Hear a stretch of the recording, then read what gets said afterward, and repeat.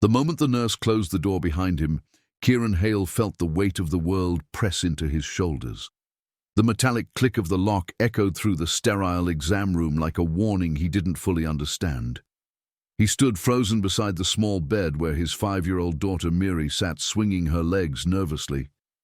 The nurse, a woman with warm brown eyes and a strangely determined calmness, turned toward him slowly and said the words that shifted the ground beneath his feet.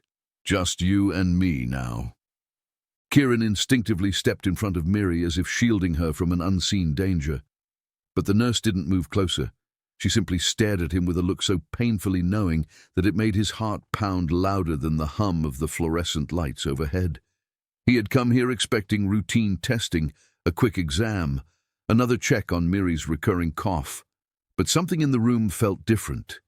He didn't yet know that this moment, this quiet, locked door moment, would unravel everything he thought he understood about the future he was fighting so hard to secure.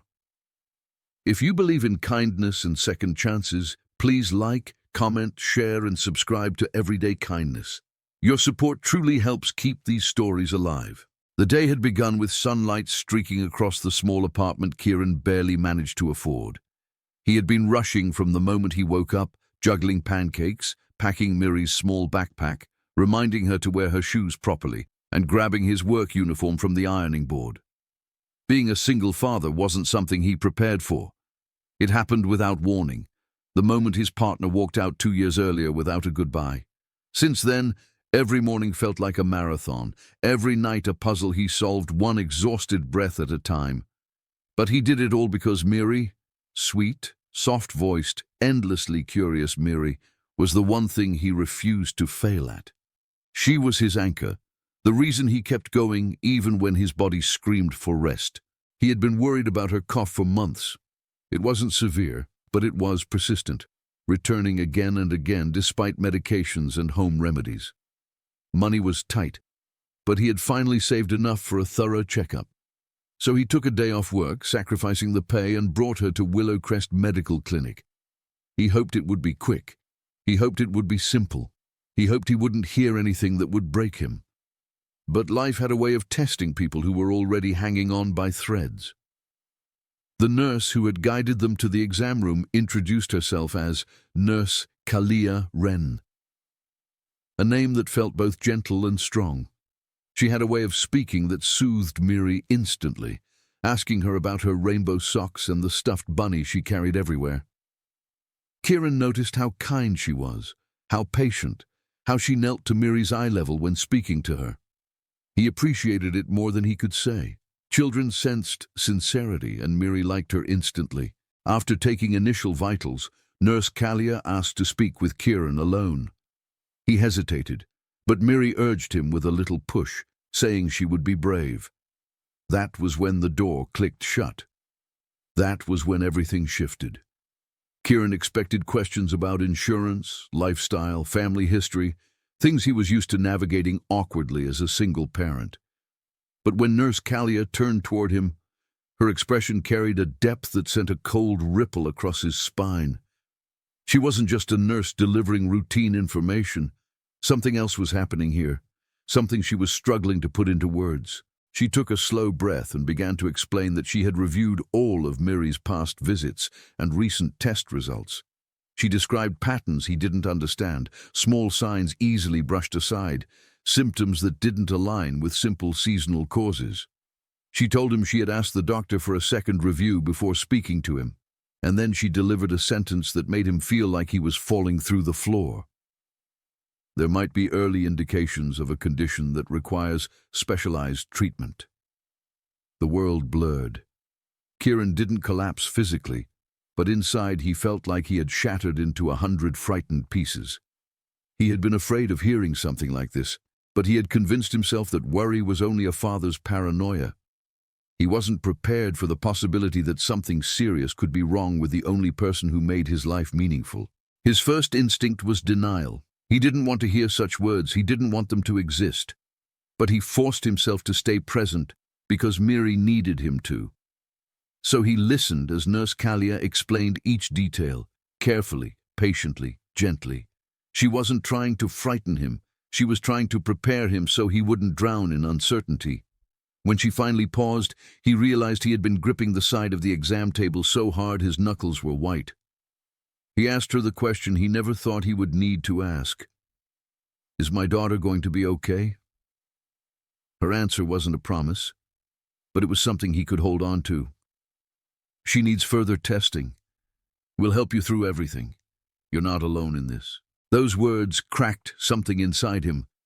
He didn't cry, not then, but the pressure of all the nights he stayed up worrying, all the early mornings he worked overtime shifts, all the invisible battles he fought, suddenly they felt too heavy to hide behind his usual strength. For the first time since becoming a single parent, someone saw the weight he carried without him needing to explain it.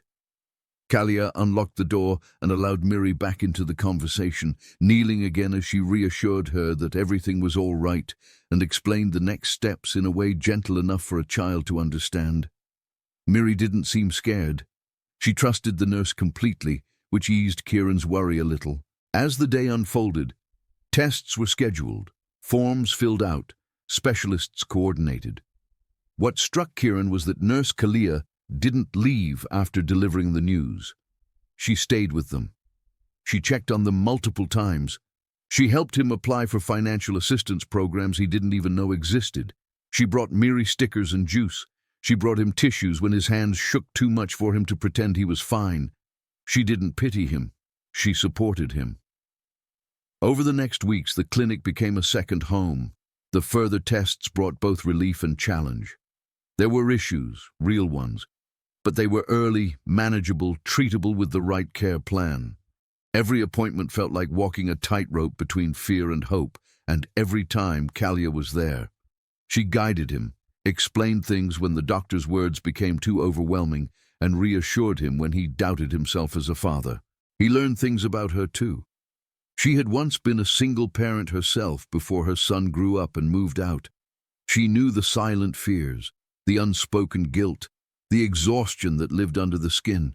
She wasn't just a nurse doing her job. She understood his battles in a way few people ever could.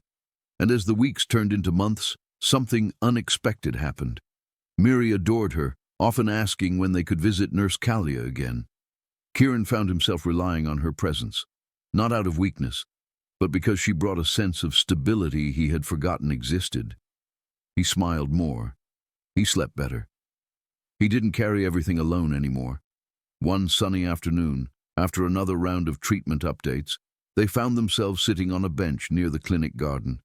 Miri was busy chasing butterflies, while Kieran stared at the flowers swaying in the breeze. Kalia sat beside him quietly, letting the moment breathe. He thanked her for everything, for saving him from drowning, for giving Miri a chance at a healthy life, for seeing him when no one else did.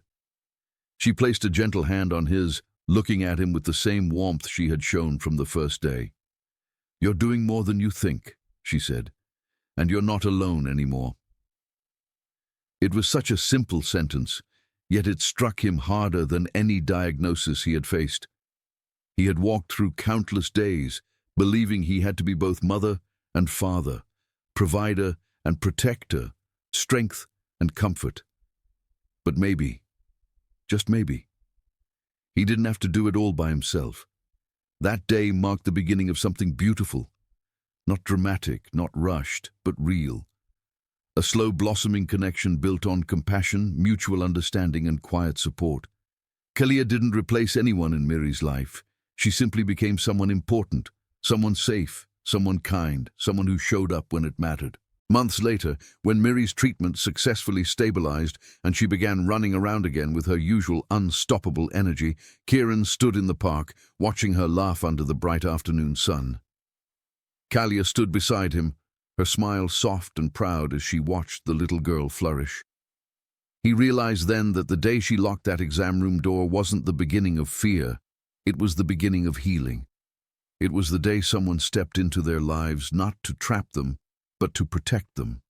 It was the day kindness unfolded in a place he least expected, a clinic room with flickering lights and a metal clicking lock. And as he watched Miri run toward them with her arms wide open, he felt hope settle gently into his heart for the first time in years. He didn't know where life would take them next, but he knew they wouldn't be walking alone. If this story touched your heart, please like, comment, share, and subscribe. Your support means more than you know. Special request. Comment, kindness matters, if you believe compassion can change someone's entire world. If you want more stories like this in any style or title, just tell me.